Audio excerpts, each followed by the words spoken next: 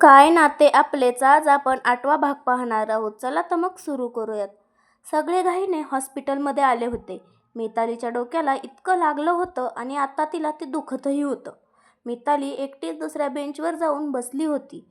तिला मनोमन वाईट वाटले होते की कोणी आपल्याकडे लक्षच दिले नाही. आपल्याला लागलंय तर साधी विचारपूस करावी, पण नाही. आधीच काल रात्रीपासून खाल्लं नाही.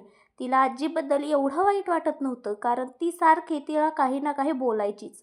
मितालीला तिने एवढं केलं तरी कोणीच काही बोललं नाही, तू बरी आहेस ना वगैरे. तोच तिथे एक नर्स आली आणि तिने मितालीला आपल्या जोडीला यायला सांगितले. मितालीही गेली, कारण दुखत तर खूप होतं आणि त्रासही खूप होत होता. आणि तेवढ्यात ओटीमध्ये हिरवा बल्ब बंद झाला आणि डॉक्टर बाहेर आले. त्यांनी अभिच्या बाबांना सांगितले, सॉरी, त्यांना आम्ही नाही वाचवू शकलो. सगळे तर एकदम शॉकच झाले. अचानक आजी अशी कशी सोडून गेली? अभि, बाबा आणि रुचिता तिघेही रडत होते. तोच तिथून तनुजा तिथून धावत आली. तनुजा, अभि, अरे हे कधी झालं आणि तू आम्हाला कळवलंही नाही? तनुजा डोळ्यात पाणी आणत म्हणाली. तनुजा बाबाजवळ गेली आणि त्यांना सावरू लागली. रुचिता पण रडत होती. आई, बाबा, अहो सावरा स्वतःला, आजी आपल्यात नाही आता. तनुजा तनुजा त्या तिघांनाही सावरत होती. तिला फक्त त्यांचं मन जिंकण्याचा चान्स हवा होता. त्यासाठी तिचा इतका खटाटोप चालू झाला. कधी काळी साधी सौज्वल असणारी तनुजा आता एवढी एका विलनसारखी वागू लागली. सगळी प्रोसेस करत सगळे घरी आले. बाबांनी नातेवाईकांना पण आता बातमी दिली होती, म्हणून ताबडतोब जितक्या लवकर येता येईल तितक्या लवकर नातेवाईक होते. मैत न्यायचं होतं. घरात सगळे होते, फक्त मिताली सोडून. तिची तर कोणाला आठवणच नव्हती. अभिजितच्या घरी येऊन तनुजात सर्व पाहत होती. मितालीचे आई बाबा पण आले होते.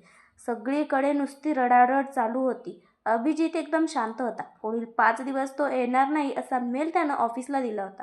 थोड्या वेळाने मिताली घरी आली. इतक्या जणांना पाहून ती जरा गंगारून गेली. ती घरात येता सर्वांचे लक्ष तिच्याजवळ गेले.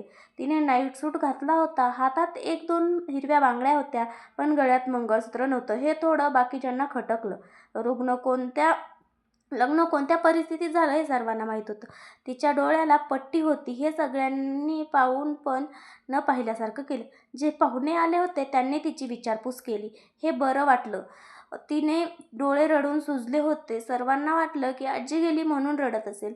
अभिजितने तर एकदाही मान वर करून तिला पाहिलं नाही. मितालीचे आई बाबाही गेले होते. आता रात्र बरीच झाली होती. घर रिलेटिव्हजने भरून गेले होते, त्यामुळे कामही खूप होतं. तनुजा या सगळ्यात मात्र पुढे होती. ती हवी तशी मदत रुचिताला करत होती. पण डोकं जास्तच दुखल्याने मिताली रूममध्ये राहिली. पण या सगळ्यांमुळे आलेल्या बऱ्याच जणांमध्ये मितालीबद्दल चर्चा सुरुवात झाल्या. दुसऱ्या दिवशी मिताली लवकर उठल्यावर रुचिताने मिताली आणि अभिला एकमेकांसोबत राहायला सांगितले. माहीत आहे तुम्ही दोघं हे लग्न मान्य करत नाही, पण प्लीज, उगाच माझ्या घरामध्ये माझ्याच मुलावरती चर्चा झालेली मला आवडणार नाही. काही दिवसांचाच प्रश्न आहे हा. रुचिता. नाईलाजाने दोघेही तयार झाले. रुचिताने तिचं सामान अभिच्या रूममध्ये शिफ्ट केलं आणि मितालीला आज साडी नेसायला सांगितली. गळ्यात तिला मंगळसूत्रही घालायला सांगितलं आणि खालरी निघून गेली. बाथरूममधून मिताली बाहेर आली. डोक्याला टॉवेल बांधला होता. केस धुतल्यामुळे डोक्यावरती ओली जखम असूनही तशीच होती. साधी कॉटनची साडी तिनं नेसली होती. त्यावर छोटं मंगळसूत्र. सुंदर दिसत होती ती साडीमध्ये. मिताली आरशासमोर उभी राहून डोक्याला ड्रेसिंग करत होती. तोच रूममध्ये अभिजित आला. तो काहीही न बोलता आपले कपडे घेऊन बाथरूममध्ये निघून गेला.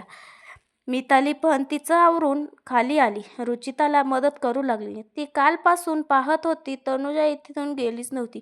असो, आपल्याला काय करायचं आहे? मितालीने सगळ्यांना चहा नाश्ता सर्व केला आणि किचनमध्ये प्लेट ठेवून रूममध्ये जात होती तर तनुजा अभिजितच्या खूपच जवळ होती. तिने त्याच्या गालावर दोन्ही हात ठेवले होते. अभिजितचे हात तनुजाच्या कमरेवर होते. ते पाहून तिच्या भुवया उंचावल्या. ती मनातच म्हणू लागली, इतकं प्रेम आहे तर मला का डिवोर्स देत नाही? ती तोंड वाकडं करतच म्हणाली. तोच अभिजितचं लक्ष मितालीकडे गेलं, जी कधीपासून त्या दोघांना पाहत उभी होती. तिला बघताच अभि पटकन तनुजापासून दूर झाला. तनुजाने पाठी वळून पाहिलं आणि ती लगेच मितालीजवळ गेली. आम्ही फक्त बोलत होतो. मी त्याला फक्त समजावते होते, बाकी काही नाही. आणि तनुजा बोलत होती, पण मितालीला ऐकण्यात रस नव्हता. ती तशीच त्या दोघांना क्रॉस करत निघून गेली पुढे. तिला मुळात जेलसी नव्हती ना कसला राग. तो दिवस असाच कामात गेला तिचा. परवा पेपर होता, त्यामुळे तिला अभ्यासाला टाईम मिळाला नाही. म्हणून ती थेट रूममध्ये येऊन बसली. हा दिवसभर काम करून ती पण थकून गेली होती. हातात पुस्तक घ्यायला पण तिला कंटाळा आला होता. मिताली तशीच वाचत वाचत झोपी गेली. पुस्तक पोटावर होतं आणि ती तशीच भिंतीला टेकून बसल्या जागीच झोपून गेली होती. अभिजित रूममध्ये आला आणि तिला झोपलेलं पाहून तो थोडा वेळ तिला पाहतच राहिला. आज साडी नेसली होती तिने. दिसत तर सुंदर होती, पण चेहऱ्यावरती मुळीच तेज नव्हतं. सुकलेला चेहरा आणि डोक्याला जखम झाल्याने चेहरा थोडा लाल झाला होता. अभिजितने तिच्या पोटावरचं पुस्तक काढायला हात लावला. तोच ती पटकन जागी झाली आणि त्याला पाहून ढकलून दिलं. हे तुम्ही जवळ येऊन काय करत होता? मिताली, मला हौस नाही आहे तुझ्या जवळ यायची, समजलं ना? हे पुस्तक उचलत होतो मी, बस. अभि, ते मीही उचलं असतं. हा माझ्याजवळ यालच का तुम्ही? तुम्ही तर तनुजाच्या जवळ जाल ना? मिताली तोंड वाकडं करत म्हणाली. तोंड सांभाळून म्हणायचं, समजलं ना? अभि, मगाशी काय चालू होतं मग? इतकंच प्रेम होतं जातं ना, मग मला डिवोर्स का देत नाही? माझी तरी सुटका होईल मग. मिताली पण चिडून म्हणाली. ठीक आहे, निघून जा इथून. नाही आली तरी आम्हाला काहीच फरक नाही पडत, समजलं ना? तुझी वाट पाहायला पण कोणी नाही तुझं. अभि, असं म्हणत त्याने तिचे बॅगमधले कपडे खालती फेकून दिले. मितालीला खूप राग आला. मितालीने तिचा मोबाईल घेतला आणि चालू लागली. खालती हॉलमध्ये आई बाबा बसले होते आणि त्यांच्याबरोबर अजून बरेच रिलेटिव्ह होते. ती तशीच त्यांच्याकडे न बघता दरवाजा ओपन करून निघून गेली. पाहुणे होते म्हणून रुचिताला तिथून हालता नाही आलं. मितालीला जाऊन आत्ता बराच वेळ झाला होता. 7 वाजता जी गेली ते 10 वाजत आले तरी ती अजून आली नव्हती. रुचिता थोड्या वेळाने अभिजितच्या रूममध्ये गेली तर तो लॅपटॉप घेऊन त्याचं काम करत तो बसला होता. रुचिता, मिताली कुठे आहे? माहीत नाही मला, असेल बघ तिच्या रूममध्ये. रुचिता, मी विचारते मिताली कुठे गेली आहे? ती घरात नाही. तुम्ही दोघं पुन्हा भांडले का? रुचिता, ती 7 वाजता जी बाहेर गेली ते 10 वाजता आले, जी अजून आलेली नाही. अभिजीतच्या लॅपटॉपवर असलेली नजर आईवर गेली. त्या चिंतेत होत्या, पण त्याला पण थोडी काळजी वाटली. खरंच ती कुठे गेली असेल? अभिने लॅपटॉप बंद केला आणि आपल्या बाईकची चावी घेत निघाला. समोर जे दृश्य होतं ते पाहून त्याचे डोळे रागाने लाल झाले. समोर मिताली राहुलच्या पाठीत होती आणि त्याचे हात तिच्या पाठीवर होते. थोड्या वेळानं मितालीने दरवाजाच्या बाजूची बेल वाजवली. तसं थोड्या वेळात अभिजितने दरवाजा ओपन केला. मिताली आत येणार तोच अभिजितने तिला दारातच थांबवलं आणि तिचं सामान तिच्यासमोर बाहेर फेकून दिलं. अभिजित, जा, तू मुक्त आहेस आता. तुला आजपासून या घरात राहायची मुळीच गरज नाही.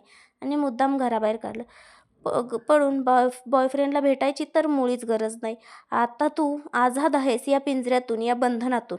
आणि हो, हे मंगळसूत्र पण घालायची गरज नाही. असं म्हणत त्याने ते जोरात तिच्या गळ्यातून खेचून घेतलं, इतकं की ते पार तुटूनच गेलं. मिताली तशीच गळ्याला हात लावून बसली. आई बाबा पण काही यावेळेस अभिला बोलच नव्हते. ती काहीही चुकत असली तरी ते बाजू घ्यायचे, पण यावेळेस कोणी पुढे नाही आलं. आई बाबा, मी केलं काय नक्की? पण मिताली, हे तू आम्हाला विचारूच नकोस. तू या घरात थांबायचं नाही, इतकंच. असं म्हणत त्याने हात धरून तिला घराबाहेर काढलं.